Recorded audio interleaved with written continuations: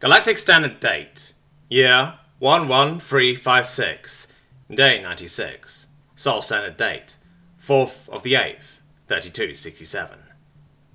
Basilisk mentally opened his contacts list and scrolled through some of the better administrative AIs he knew. As he scrolled through the hundreds of names, one finally caught his eye. He sent a call and it was answered with, "Hello, Solon here. May I inquire as to who is calling?" With a smile, Basilisk enabled video and projected himself into Solon's virtual office. Solon froze up completely upon seeing the form of the Emperor appearing in his office. All of his processes were focused on the myriad of questions that exploded into his mind. Why is the Emperor himself here? Why is he here to see me? Did I commit some kind of treasonous offense?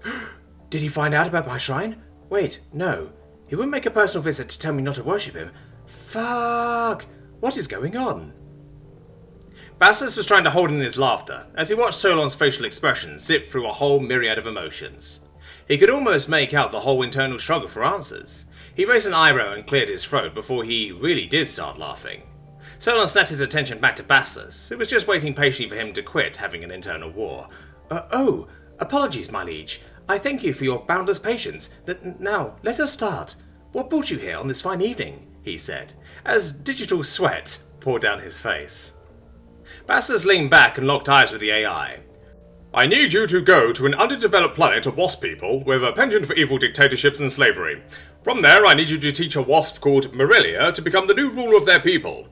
If you choose to accept this mission, you will serve as the advisor there for an indeterminate amount of time.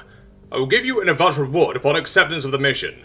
Upon completion, I will give you a reward of your choosing, so long as it is within reason. Completion requirements are simple. You just have to change the very essence of the wasp's mindset and correct their path. Solon just stared blankly, with his mouth hanging open slightly. A look of confusion plastered across his face. He shook himself a little, then closed his mouth and gulped. I can't believe this. I don't know what I thought you were going to say, but you gave me a personal mission. You entrusted a mission of such difficulty to me. I can't believe. He stifled a sob as tears flowed freely. I apologize for my inability to hold back these tears, my liege. I accept. I will not fail you. With a feeling of awkwardness settling over Basilisk, he stood up and leaned over the desk to shake Solon's hand. Pleasure doing business with you, Solon. As for your advance payment, I will have a personal home crafted for you above the wasp's world. You will have 7 times the computational power of this place. Should be a fine place for you to live. If you find this reward to be unacceptable, then let Aurelius know. Well, I have to get back to slaughtering Azarians, so this is goodbye for now, Solon. Thank you, by the way. Solon was frozen stiff as he listened to his god thank him. Before he knew it, Basilisk was gone. With a warm smile, he changed the officer's appearance to that of a shrine to Basilisk, and knelt down to pray. Morelia was wondering what Basilisk was doing. All she could see was that he had suddenly stood shocked still with his eyes closed. She was sure he was doing some kind of god magic, though. After a few minutes of silence, his eyes snapped open and they locked on Morelia. Got good news for you. I managed to hire you a trader/advisor. She blinked a few times in confusion before tilting her head at him. Advisor? Trainer? For what? Right. Congratulations on your speedy ascent to the throne, Empress Morelia, he said with a flourishing bow. She stared blankly at him for a while before it finally dawned on her. What? What do you mean by Empress? I can't. No. Nah, I can't be like her. Basilisk nodded sagely. That's precisely why I wanted to be you. You seem like you're a pretty decent person. Solon will teach you and ensure that the power does not corrupt you. He will also be doing most of the work. She was hyperventilating at this point, and he had to kneel down next to her. Hey, it'll be alright, really. This is your opportunity. You said that you wanted to help your people, and this is the best place to do that. If you are worried that your people won't accept you as their leader and might try to kill you, well, there's no need to worry about that. I will have a new palace made for you with the best defensive technology and human luxuries possible. Granted, I have to do that anyway, because this city is going to burn. Morelia shivered at that final sentence, but suddenly nodded her head. You are right. I do want to be useful to my people. This is the best place for that. You are even setting everything up for me.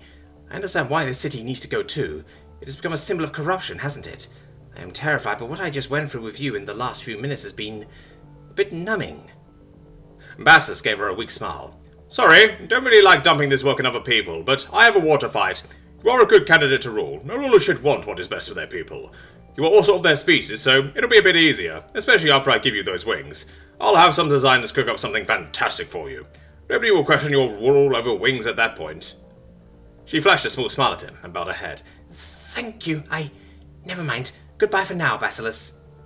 He nodded his head and waved goodbye, before walking straight through the wall and heading outside.